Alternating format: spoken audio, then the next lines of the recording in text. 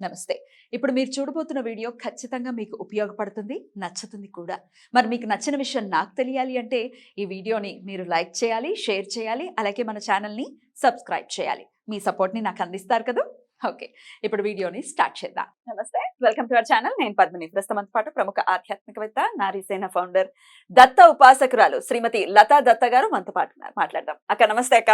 నమస్తే. జై గురుదత్. అక్క ప్రతి గురువారం కూడా అఖండ దీపాలు వెలిగిస్తూనే ఉన్నారు. ఎక్కడా బ్రేక్ పడలేదు కదా! ఏ బ్రేకే గురువారం పడలేదు అసలు. చాలా అద్భుతంగా అఖండ దీపాలు అలా వెలిగిస్తూనే ఉన్నారు. ప్రతి ఇంటా కూడా స్వామి నేనున్నాను అని ఆయన నిదర్శనం ఆయన చూపిస్తూనే ఉన్నారు. అంటే భక్త సులభుడు దత్తాత్రేయుడు, అందులో ఎటువంటి సందేహం లేదు. ఆ అభయస్తాన్ని చూపించడం అంటే అది నార్మల్ విషయం కాదు. ప్రతి ఇంటా కూడా జరుగుతుంది ఇది. అవును. అసలు అమేజింగ్ అది. రైట్. ఈ గురువారం కూడా అంటే 8వ తారీఖు ఏమైనా ఉందా? ఎక్కడైనా చేస్తున్నారా? ఉంది పద్మిని. అసలు 8వ తారీఖు నిజాంపేటలో ఒక జ్యోతి ఉంది, ఎల్బీ నగర్ లో ఒక అఖండ జ్యోతి ఉంది. ఉందా? రెండు. నా అడ్రస్లు కూడా మనం షేర్ చేద్దాము. తప్పకుండా. చాలా విశేషంగా అందరు కూడా పాల్గొంటే చాలా మంచిది. ఎందుకు అని అంటే 8 గురువారము, 9 మౌని అమావాస్య, 10 మాఘమాసం మొదలు. ఈ జ్యోతి మాత్రం శ్యామలా నవరాత్రులు మొదలు. శ్యామలా నవరాత్రులు, మాఘమాసంలో శ్యామలా నవరాత్రులు రాజశ్యామలకు చేస్తారు కదా. ఈ 9 రోజులు చాలా విశేషమైనవి. అంటే 7 రోజులు జ్యోతి ఉంటుంది. ఏమో అమ్మవారి దయ ఉంటే ఆ 2 రోజులు పొడిగించి లాస్ట్ డే మనము హోమం చేస్తాం. ఒక గురువారము మనం అఖండ జ్యోతి వెలిగిస్తాము, వచ్చే గురువారము దత్త హోమం చేస్తాం. ఉద్యాపన అలా చెప్తున్నాం. అయితే ఎంతటి ఫలితాలని స్వామి ఇస్తున్నారు అని అంటే, కాకినాడ దగ్గర రామచంద్రాపురంలో మనం ఒక జ్యోతి అవుతుంది. ఇప్పుడు అది 10వ జ్యోతి, 10th జ్యోతి మొదలు పెట్టిన తర్వాత 10వ అఖండ జ్యోతి. అంటే సిరీస్ కూడా కంటిన్యూస్ కదా, 10 వారాలు కాదు, కంటిన్యూస్ గా. అంటే మన జ్యోతులు కూడా మనము 11వ అయితే నిజాంపేటను ఎల్బీ నగర్ 11, 12 అవుతాయి. స్వామి దయ. అయితే ఎంతటి నిదర్శనాలు చూపిస్తున్నారు అని అంటే, వెలిగించిన రోజే అంటే గురువారము వాళ్ళు స్టార్ట్ చేయాలి, బుధవారం సాయంత్రమే నేను జ్యోతి పెట్టాను. ఆ రోజు నుంచి వాళ్ళ హారతులు మొదలు పెట్టారు. అన్ని జ్యోతి వెలిగించగానే దత్తుడు ఒక ఆవిడకి వచ్చేసి చెప్పారనమాట. అయితే ఒకరు, సారీ టు ఇంటరప్ట్ యూ, కానీ ఇది ఇప్పుడు ఆన్ దిస్ నోట్ నేను మాట్లాడాలనుకుంటున్నా. దత్తుడు అంటేనే చాలా నిష్ఠాగరిష్ఠుడు, ఆయన ఒంటి మీదకి రావటం అనేది జరగదు, అలా ఎలా చెప్తున్నారు అని ఒకరు నన్ను అడగడం జరిగింది. ఎందుకు యూట్యూబ్ లో కమెంట్ పెట్టారు కూడా వాళ్ళు, ఎందుకు రాడు దత్తుడు అని కూడా అన్నారు. అమ్మవారు వచ్చినప్పుడు అయ్యవారు ఎందుకు రారు అంటే, నీకు దత్తుడు ఎక్కడికైనా రానని చెప్పారా? ఇప్పుడు ప్రతి చోట అమ్మవార్లు వస్తున్నారా లేదా? ఉజ్జయిని మహాకాళి బోనాలు అవుతున్నప్పుడు నరసింహస్వామి రారా? సాక్షాత్ నరసింహస్వామి అవతారం విష్ణుమూర్తి, విష్ణుమూర్తి అవతారం దత్తుడు, ఎందుకు రారు? ఇలాగా దీనికి ఒకరు కమెంట్ పెడితే దానికి మన వాళ్ళే కమెంట్ పెట్టారు మళ్ళీ, అమ్మవారు వచ్చినప్పుడు దత్తుడు ఎందుకు రారు అని. నిజమే అని చెప్పి ఖచ్చితంగా స్వామిని దూరం చేశారు, అందులో ఎటువంటి సందేహం లేదు. ఖచ్చితంగా ఒక విషయం మాత్రం గ్యారంటీ పద్మిని, దత్తుడిని పట్టుకోవడం అంత సులభం కాదు. పట్టుకున్న తర్వాత ఆయన మనల్ని వదలరు, మనం ఆయన వదలం. ఎందుకు పట్టుకోవడం కష్టము అని అంటే, అంత ఈజీగా స్వామికి దగ్గర అవ్వలేరు. ఎందుకు దగ్గర అవ్వలేరు అని అంటే, నీ అహంకారం పోయే వరకు దగ్గర అవ్వలేవు, దాన ధర్మాలు చేసే వరకు దగ్గర అవ్వలేవు, నీలో కుళ్ళు కుతంత్రాలు ఉన్నంత వరకు, లోభత్వం, పిసినారితనము, ఒకరి మీద పడి ఏడవటము, నెక్స్ట్ అసలు నేనే అనుకునే నువ్వు నేనుగానే మిగిలిపోతావు. ఇవన్నీ నీలో అంటే పూర్తి స్థాయిలో కర్మలు ఎక్కువ అయిపోయినప్పుడు, ఇంకా నా వల్ల కాదు భగవంతుడా, నేను భరించలేను, నాకేదో ఒక మార్గం చూపించినప్పుడే భగవంతుడు దగ్గర అవుతూ ఉంటాడు. చూపించు అన్నప్పుడే. అంటే ఏదో ఒక పాయింట్ మీద కాంట్రడిక్ట్ చెయ్యాలి అంతే, దానికి ఒక అర్థం. లేకపోతే ఇప్పుడు ఒకవేళ నిజంగానే స్వామి వచ్చారు, లేకపోతే అమ్మవారు వస్తున్నారు అంటే అది వాళ్ళ ఎక్స్ప్రెషన్. ఒక్కొక్కళ్ళు ఒక్కొక్క దానికి. ఇప్పుడు బాగా డప్పుల సౌండ్ వినిపిస్తుంటే మన కాళ్ళు డాన్స్ చేస్తాయి, వైబ్రేషన్, సౌండ్ వైబ్రేషన్. అలాగే మనం చదివే ఒక మంత్రానికి ఒక ఫ్రీక్వెన్సీ, ఒక వైబ్రేషన్ ఉంటుంది. మన వేదాలకి ప్రతి ఒక్క దానికి పరిష్కారం ఉంటుంది వేదాలలో. మన వేదాలలో భగవద్గీత కూడా ఒక్కసారి చదివితే నీ జీవితాన్ని ఎలా జీవించాలో తెలుసు అని అంటారు. రామాయణం ఒకసారి చదివితే నీ కుటుంబ వ్యవస్థ ఎలా ఉండాలి, లీడర్షిప్ ఎలా ఉండాలి, ప్రేమ ఆప్యాయత ఎలా ఉండాలి, అన్న వదిన ఎలా ఉండాలి, ఇలాంటి అనుబంధాలన్నీ తెలియజేసేది రామాయణం అంటే. తన్మయత్వానికి లోన్ అవుతాం అన్న విషయం అర్థం చేసుకోరు, యాక్ట్ చేస్తున్నారను. ఎవరికి అవసరం ఉంది యాక్ట్ చేయాల్సిన అవసరము? నేను ఒకటే అడుగుతాను, మరి ఇక్కడ అమ్మవారి బోనాలు అవుతాయి హైదరాబాద్ లో, భవిష్యవాణి అమ్మవారు చెప్తుందా లేదా? పచ్చికొండ మీద ఎలా నిల్చుంటున్నారు? పచ్చికొండ మీద ఎలా నిల్చుంటున్నారు? భవిష్యవాణి అమ్మవారు చెప్తున్నారా లేదా? ఆ భవిష్యవాణి మన రాష్ట్ర ముఖ్యమంత్రి విని దాన్ని విధంగా ఆచరిస్తున్నారా లేదా, Correct. అమ్మ ఏం కావాలని అడుగుతున్నారా లేదా, ఎగ్జాక్ట్ అమ్మవారికి బోనం వేస్తున్నారా లేదా, పోస్తున్నారా లేదా బోనం. మరి ఎందుకు ఈ ట్రెడిషన్ అనేది కంటిన్యూ అవుతుంది?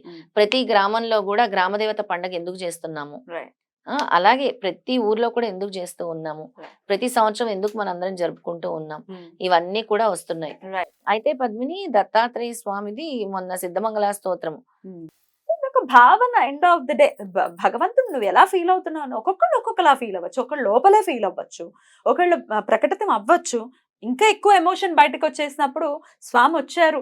ఏదైనా మనం ఎందుకు అట్లా వేలు పెట్టి చూపించి వీళ్ళు ఇది నీకు రాలేదని చెప్పి నువ్వు గుడ్డివాడు దాన్ని తెలియక వాళ్ళ కర్మ. గురునింద దైవనింద, ఎగ్జాక్ట్లీ గురునింద దైవనింద, అది కూడా కర్మ అనేది వాళ్ళకి తెలియదు. ఇష్టం వచ్చినట్టు మాట్లాడతారు, కష్టాలు ఎందుకు వచ్చాయంటారు.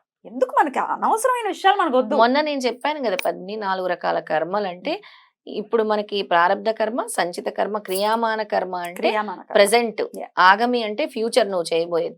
ప్రెసెంట్ నువ్వు చేసేదే యాక్షన్ రియాక్షన్. నీకు ఒకవేళ అది నచ్చలేదు, మౌనంగా ఉండు. నీ నోటితో ఎందుకు మాట్లాడాలి? నువ్వు అన్ని విధాలా నువ్వు కరెక్టా అంటే చాలా మంది ఏంటంటే నేను పర్ఫెక్ట్ అనుకుంటారు, ఒకరిని క్రిటిసైజ్ చేసే పాయింట్ లోనే ఉంటారు. అంటే వాళ్ళకి అన్ని భగవంతుడు ఇచ్చేశాడు, అధిక మేధస్సు ఇచ్చేసాడు, వాళ్ళకి అన్ని ఇచ్చేసాడు, ఒకరిని పాయింట్ అవుట్ చేయడమే వాళ్ళ పని. అసలు నువ్వేంటి అని నిన్ను నువ్వు అవగాహన చేసుకో ముందు అని చెప్తాను. కరెక్ట్. ఒకరిని ఏలెత్తి చూపించే ముందు నిన్ను 10,000 చూపిస్తాయి. అసలు నువ్వేంటని అవగాహన చేసుకో, నీకు నచ్చకపోతే కామ్గా ఉండు.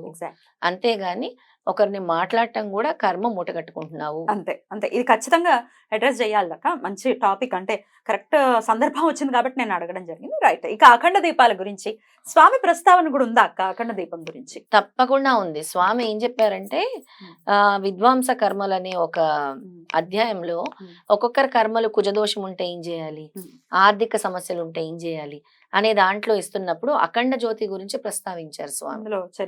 చరిత్రలో కూడా ఉంది, ఈ చరిత్రలో పుస్తకంలో ఉంది. ఇది మనకి స్వామి శ్రీపాద చరితామృత పారాయణ ఫలితము ఇందులో. నేను ఎప్పుడు చెప్తూ ఉంటాను కదా, 11 మందికి 11 మందికి అని ఇందులో ప్రస్తావించారు స్వామి. ఏం చెప్పారు అంటే, ఎందుకు మనం ఈ పారాయణం చేయాలి, ఎందుకు జ్యోతి పెట్టాలి అని అంటే, జబ్బు పడిన పాత ప్రాణశక్తి నశిస్తుంది. మనలో ప్రతి ఒక్కరిలో ఒక ప్రాణశక్తి ఉంటుంది, ఆ జబ్బు పడిన పాత ప్రాణశక్తి నశిస్తుంది. అదే విధంగా మానసిక శక్తి కూడా అనేక మార్పులని పొందుచున్నది, పాత భావములు మారిపోయి అఖండ జ్యోతి పెట్టినప్పుడు. అలాగే చరిత్ర పారాయణం చేసినప్పుడు మనం అఖండ జ్యోతి ఒక్కటే ప్రాముఖ్యత కాదు, ఇది స్వామి నాకు ఇచ్చిన ఇంట్యూషన్.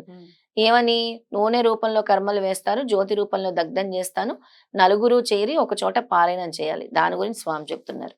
అలా చేయటం వల్ల ఏమవుతాయి అని, పాత భావములు మారిపోయి నశించి కొత్త భావములు పుడుతున్నాయి. నివనముగా జన్మించిన మానసిక పదార్థము దైవశక్తిని, దైవకృపను ఆకర్షించు సామర్థ్యమును కలుగుతున్నది ఆ జ్యోతి వల్ల. తద్వారా మనసు పరిశుద్ధమై, ప్రాణము పరిశుద్ధమై, తద్వారా శరీరం కూడా పరిశుద్ధం అవుతుంది. ఆరోగ్య సమస్యలు. శ్రీపాద శ్రీవల్లభ చరితామృతం వంటి గ్రంథములు సాక్షాత్తు పరమేశ్వర స్వరూపము. ఈ గ్రంథములందరి ప్రతి అక్షరం నందు సిద్ధశక్తులు, యోగ శక్తులు అంతర్నిహితంగా ఉండును శక్తి. అటువంటి గ్రంథములు మానసికముగాను వాచికముగాను లేదా మనస వాక్కు రెండిటి యందు సమన్వయము కలిగి గాని పఠించిన ఎడల శ్రీపాదులు వారి దివ్య మానస చైతన్యము అటు ఆకర్షింపబడను. ఆయన చైతన్యం మన అందరికీ ప్రబలుతుంది. గ్రంథ పారాయణం చేయ భక్తులు శారీరక, ప్రాణ, మానసిక రుగ్మతలు, బాధలు, కష్టములకు సంబంధించిన సమస్త స్పందనలను శ్రీపాదులు వారి మానసిక చైతన్యమునందు చేరును. ఆయనకు డైరెక్ట్ గా చేరతాయి అన్నమాట.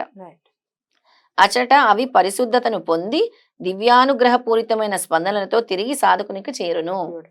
నువ్వు పారాయణం చెయ్యనంత వరకు నువ్వు ఒకటి వేరే, చేసిన తర్వాత ఇంకొకటి. ఒక్కసారి మనం జీవితంలో ఒక్క 7 రోజులు అటువంటి పరిస్థితుల్లో సాధకునకు ఇహపర సుఖములు కలుగుచున్నవి.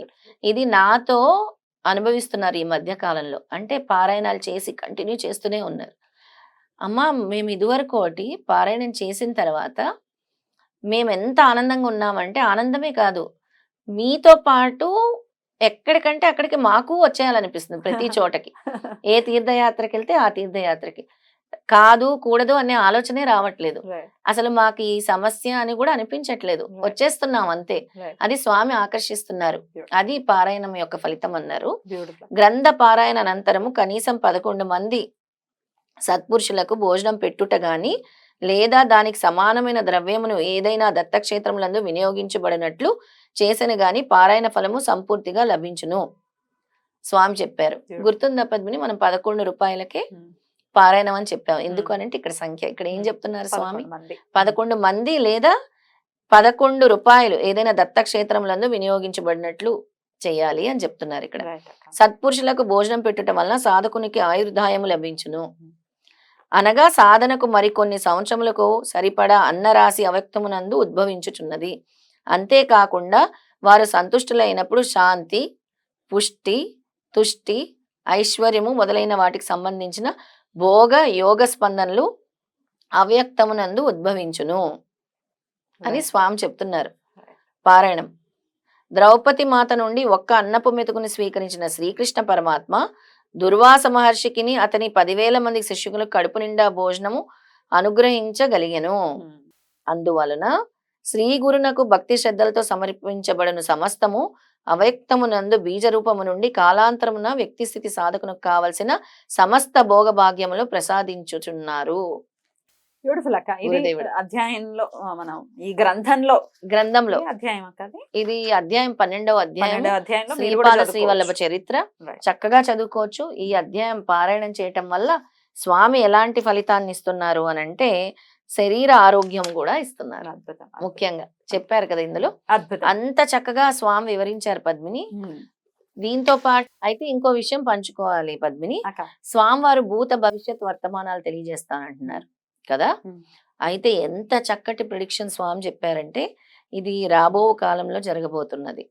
మన పిఠాపురం సంస్థానానికి స్వామి దగ్గరికి భారత ప్రభువు అంటే భారత ప్రధాని, అది ఎవరైనా అవ్వచ్చు, భారత ప్రధాని తప్పకుండా నా దగ్గరకు వస్తారని స్వామి ఫ్యూచర్ ప్రిడిక్షన్ చెప్పారు 30వ అధ్యాయంలో. ఇందులో ఉందా? ఇందులో శ్రీపాద శ్రీవల్లభ చరితామృతంలో ఫ్యూచర్ ప్రిడిక్షన్ చెప్పారు, భూత భవిష్యత్ వర్తమానాలు.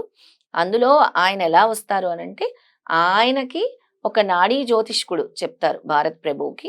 అది విని ఆయన వస్తారు. ఎందుకు అనంటే అప్పుడు గురువు అనుగ్రహం అవసరం అవుతుంది భారత ప్రభు అంటే భారత ప్రధానికి. అప్పుడు ప్రభు అని సంబోధించారు. ఇది మనం ముందుగానే చెప్తున్నాం. ప్రభు అంటే మన మన రాజే కదా. మన రాజే, ఎవరైనా కానీ ప్రైమ్ మినిస్టర్ మన రాజే. రాబో కాలంలో ఇది జరగబోతున్నది. ఇది నేను చెప్పిన ప్రిడిక్షన్ కాదు. శ్రీపాద శ్రీవల్లభ స్వామి స్వయంగా భూత భవిష్యత్ వర్తమానాలు తెలియజేస్తారనడానికి ఇది నిదర్శనము.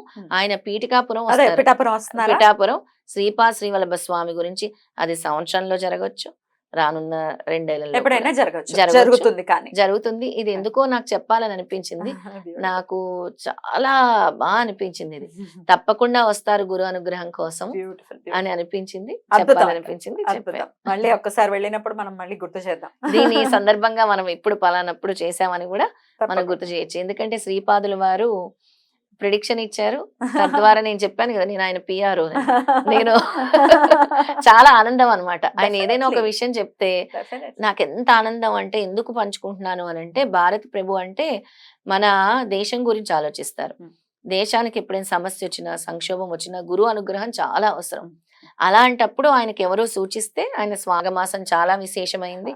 మాఘమాసంలో చేసే ప్రతి చిన్న దానమైన దీపమైన మంత్రమైన అద్భుతమైన ఫలితాన్ని అనంతమైన ఫలితాన్ని ఇస్తుంది. కాబట్టి ఎవరైనా పెట్టుకోవాలన్నా మనల్ని సంప్రదించండి. రైట్ అక్క. థ్యాంక్ యూ సో మచ్ అక్క. నమస్తే. జై గురుదత్త. శ్రీ గురుదత్త.